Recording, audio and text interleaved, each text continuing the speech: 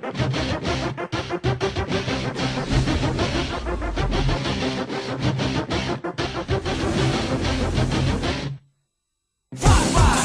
iyi arasında büyük bir fark var. Benimle senin aranda kocaman bir fark var. Kötüyle benim aramda irice bir fark var. İyi ile kötü arasında duran fark var. Seninle iyi arasında büyük bir fark var. Benimle senin aranda kocaman bir fark var. Kötüyle benim aramda irice bir fark var. İyi ile kötü arasında duran. Maymunlar cehennemindeyim, hiç kimse duymamış. Sordum, hiç kimse görmemiş ve hiç kimse konuşmamış. Korkular dolup taşınca komşularda kalmamış. Yalancı şahitler çoğalmış, ordularda saf almış. Sanki herkesten altında, pozisyon sert penaltı. Yer altından çıktım ben, çoktan fareydim, çok yol aldım. Korktum bazen ben de, herkes gibi umudum kalmadı. Fakat sabrımsa aramızdaki en büyük farktır.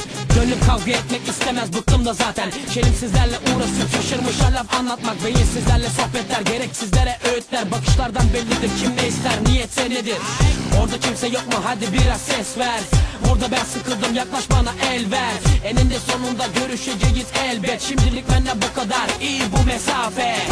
Seninle iyi arasında büyük bir fark var. Benimle senin aranda kocaman bir fark var. Kötüyle benim aramda irice bir fark var. İyi ile kötü arasında duran fark var. Seninle iyi arasında büyük bir fark var. Benimle senin aranda kocaman bir fark var. Kötüyle benim aramda irice bir fark var. İyi ile kötü arasında duran fark var.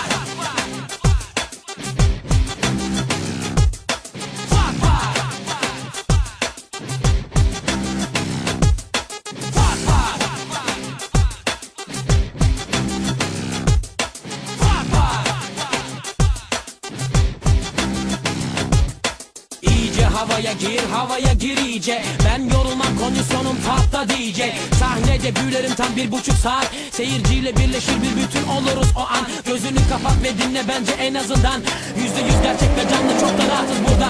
Gönlünü sen hoş tut, olacaksın hoşnut. Boşluklar dolar yavrum, biz boşuna mı koştuk? Ayrılmış birbirinden millet, hep uzak blok. Sallandıkça kendinden geçmiş sınıflar hep top. Yeni moda blok, bizde ise barış top. Yanlış söyler horoskop, baba kimsin öpmüş horoz.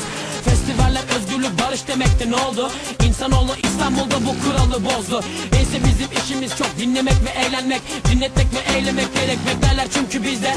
Seninle iyi arasında büyük bir fark var. Benimle senin aranda kocaman bir fark var. Kötüyle benim aramda irice bir fark var. İyi ile kötü arasında duran fark var. Seninle iyi arasında büyük bir fark var. Benimle senin aranda kocaman bir fark var. Kötüyle benim aramda irice bir fark var.